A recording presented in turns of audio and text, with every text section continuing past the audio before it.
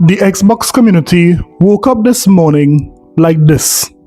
Your seats, Mr. Killer!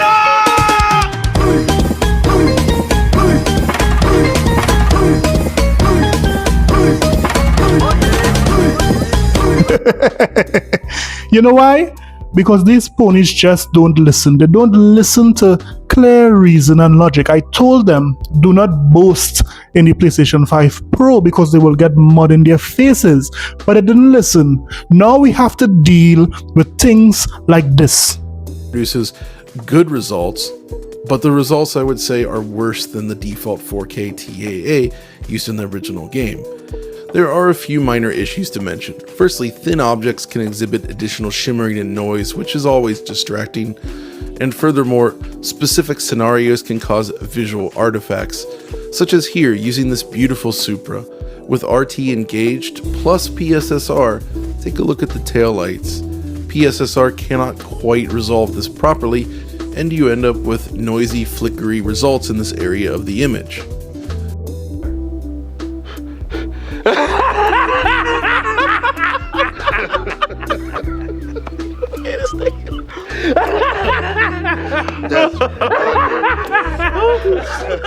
Not great, is it? But pixel count suggests that we're looking at a native 4K here, which then uses PSSR to upscale all the way to 8K. So yeah, the PS5 Pro is not doing native 8K 60 in Gran Turismo 7. Gotcha. Gotcha. Essentially, I created a replay featuring a grid of cars in the rain. It's a very heavy scene, which is just enough to tip over the frame rate bucket, but only with specific settings. You see, if you enable ray tracing but disable PSSR, which runs the game at 4K, I was able to drop the frame rate here on this track, just like this. So in this case, using PSSR actually produces faster performance overall. The 8K mode, however, struggles to lock to 60 in this rainy race, even when using gameplay views. You can see here that it dips into the 50s both using the chase and cockpit views, but the rainy track once again brings the boom, dropping the frame rate significantly, and also revealing a gulf in performance between PSSR and native 4K, specifically when using ray tracing. As you can see, PSSR runs the game on average 10 to 15 frames per second faster. The 8K mode runs the game similarly to the native 4K mode. Given the cost of PSSR and the base resolution from which it's sampling, I'm surprised it's not lower. Well, this one's not too bad in gameplay angles, but the replays reveal interesting results. Notice something? In this instance, the native resolution side runs the game faster than PSSR. This is a sickness! It is deviant, therefore we don't want it. You see, it is a sickness because according to Mark Sony and these ponies, the PlayStation 5 Pro was supposed to bring, no compromises. The best frame rates, the best, visuals, no compromises. And now we are seeing subpar 8K. We are seeing sometimes the games are running better on the PlayStation 5 Pro. What is really going on? This is why I tell you, ponies, stop boasting. But you guys would learn. And when it is you get disciplined, I hope you don't call for the police. Police! Help! Police! Help! Police! Help! Help! Police! Help!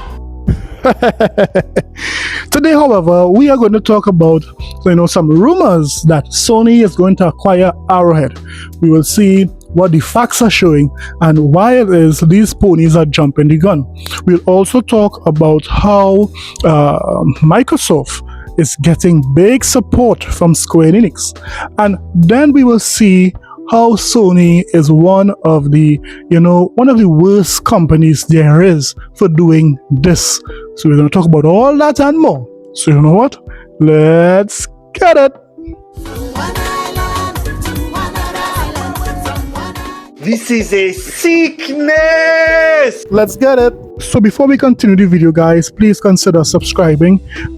If this type of content interests you, you get some of the best Xbox content. Of course, we give you the Xbox news, the Nintendo news, sometimes, and also the Sony Pony Salt. Now, if this type of content interests you, please consider subscribing. Now, let's just get back to the video. Let's first talk about a past PlayStation president, which is Yoshida. You remember Yoshida, the guy who did this to Microsoft? This is how you share your games on PS4.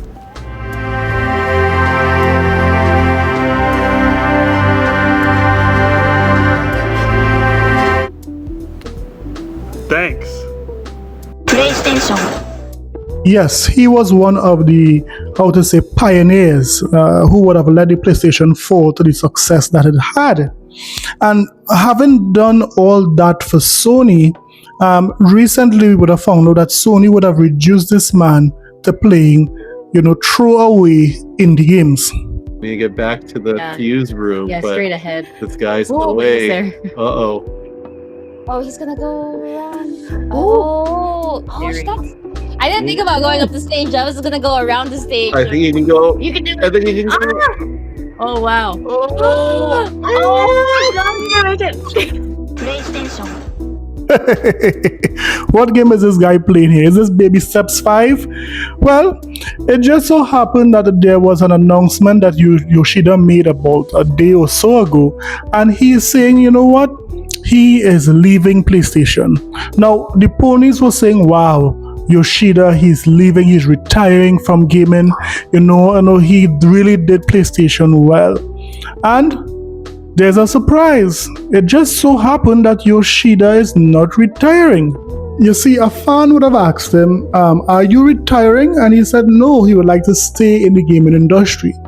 Now, riddle me this. If Sony is the best company according to these ponies to work, they are making the best games, they are selling the best console, why is Yoshida, who is someone who wanting to stay in the industry, leaving the best company? Something is not adding up, guys. Something is not adding up. And it's not just me saying that, but Yoshida himself is saying that he would like to stay in the gaming industry. So he wants to stay in the gaming industry, he just don't want to stay with Sony. Make it make sense, guys. Let me hear what you think about why Yoshida is leaving PlayStation. And did Sony push Yoshida out just like how he pushed out Jim Ryan? Next up, let's talk about desperation. We know right now things aren't going too well for Sony.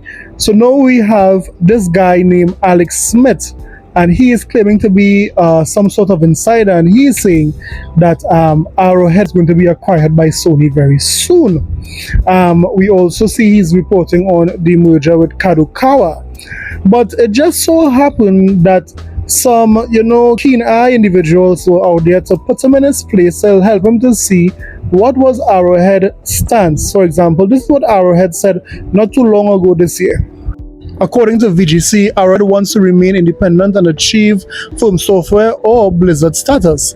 There's nothing in the plans where we want to be acquired. This is the Arrowhead studio head is saying. Arrowhead's Chief Creative Officer, Jonathan Pellisted, has said he wants the studio to ascend to Blizzard or Firm Software status while remaining independent. So although this guy is claiming to be some sort of insider, it's very clear that he knows nothing, because the Arrowhead's chief already cleared this up earlier this year. They don't want to be acquired. And a matter of fact, this is the same guy who made a lot of predictions that didn't come true. For example, to believe this pony said, yes, this is strongly and absolutely happening, but I will put everything in a chronological order. In fact, speeches, reports, emails, and conversation. He was referring to Sony acquiring Bandai Namco. And look, it's the end of the year and Sony has not announced anything about acquiring that studio. And it just goes to show how these guys are frauds and they just pretend. Because he was the same guy who said earlier this year that Arrowhead was already confirmed as being part of Sony Studios, and that was not true. because of the report we saw just earlier.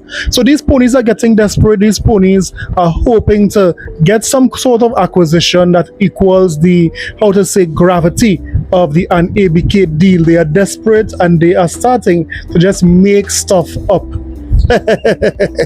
And finally, let's talk about this narrative that these ponies have been pushing. You see, for example, Dreamcast Guy. For the best part of a year, Dreamcast Guy have been saying Xbox is dead, Xbox is dying, rest in peace Xbox.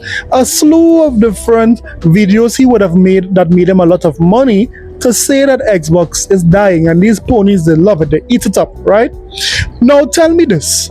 If Xbox was dying, if Xbox is dead, then why is Square Enix determined to bring their games to Xbox? Because recently, the Square Enix director or Square Enix leader would have said this. Final Fantasy VII Rebirth director says Xbox is great, wants to see the trilogy on more platforms. I want to bring the remake series to as many players out there as possible. The director of Final Fantasy VII Rebirth has said he wants to see the remake trilogy appearing on more platforms, while at the same time praising the Xbox platform. Naoki Hamaguchi, who is the co-director of Final Fantasy VII Remake and the director of Rebirth, was recently asked by Games Radar how he felt about the game being released on other platforms. Hamaguchi replied that while there were no announcements to make yet, he wanted to see the remake games appearing on more systems. In terms of Final Fantasy VII, there's nothing really we can say at the moment, but certainly I do want to bring Final Fantasy VII and the remake series to as many players out there as possible, Hamaguchi explained. So we want to create that situation, that environment, where more players can play the games in future, and we want to look in that direction.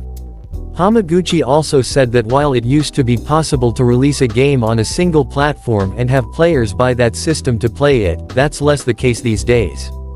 Explaining that while in the past publishers could put out a game in one place and get most of the players coming to that game to play it on that platform, he said, it's so much more diversified now, so I think that's probably why our CEO, Mr. Kiryu, made that decision to move more in the direction of multi-platform. That's just the way that the industry is going. Final Fantasy VII Rebirth is one of several recent PS5 exclusives that have failed to meet Square Enix's sales expectations, leading the publisher to announce plans to shift to a multi-platform strategy. Although he didn't specifically mention Xbox when saying he wanted to see the Final Fantasy VII Remake series on other platforms, Hamaguchi was then asked for his opinion on Square Enix's multi-format strategy, to which he praised the Xbox platform. This is just a personal opinion now, but I've got an Xbox myself, he replied. I think it's a great hardware platform. I do like Xbox. Last month Final Fantasy producer Naoki Yoshida said that he'd like to release Final Fantasy XVI on Xbox platforms. Of course we did announce the PC version of the game, so looking towards the Xbox version, we do want to release it on Xbox, he said in an interview. But when it comes to the specifics such as when the game would be available and such, we are not in a position to be able to share anything. So there you have it. Despite what the PlayStation fans, the ponies are saying that Xbox is dead and it's a dead platform, no one wants to work with Xbox, it's very clear that the evidence is pointing to, not only Square Enix, but a lot of other developers, all the other developers wanting to work with Xbox. It's very clear that they said that model where they would have made Square Enix exclusive to PlayStation hurt them. Yes, Square Enix is hurt by Sony and their fans because these guys don't buy games. All they do is talk about games. So it's very clear that Microsoft is going to get more Final Fantasy and more Square Enix games because of the multi-plat direction they are going. But let me hear what you think about Square Enix being resolute about bringing more games to more players, including Xbox. Let me know what you think about that, and let me hear what you think about all the stories mentioned today. Don't forget to like and subscribe, guys, for more videos. I'll see you guys in the next one. Later.